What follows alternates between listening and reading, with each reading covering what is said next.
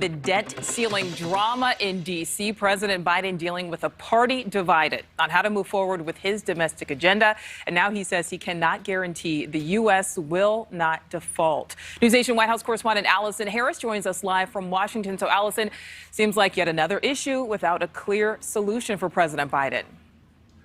Yeah, that's right, Nicole. President Biden is up against new deadlines here. Not meeting those deadlines would have major implications for Americans and for their bank accounts. Now, first, the debt ceiling cracks in 2 weeks without action from Congress. Senate Majority Leader Chuck Schumer says there needs to be a bill to address this debt ceiling on the president's desk by the end of the week. But today, Senator Mitch McConnell, he sent a letter to President Biden letting him know that Republicans are not going to vote to raise the debt limit. This won't be a bipartisan effort. The White House press secretary showing with visuals today that trillions of dollars of the debt was incurred by the Trump administration, saying that Republicans, quote, spent like drunken sailors. President Biden today telling the American people he can't guarantee the U.S. will not default.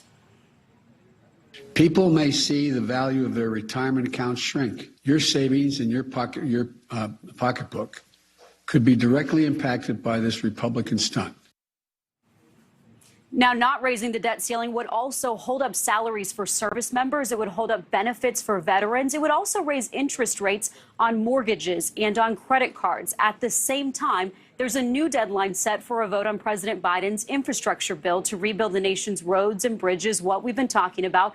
That will now happen at the end of this month. The president is still negotiating with two Democratic senators. I bet you can guess who they are, Joe Manchin and Kyrsten Sinema, on his larger $3.5 trillion plan. They believe that the plan that includes more child care help and money to combat climate change is just too expensive. They want to see the president come down. The president is meeting virtually today with progressives on Capitol Hill to talk about what could be cut out of the plan to get to that smaller top line number.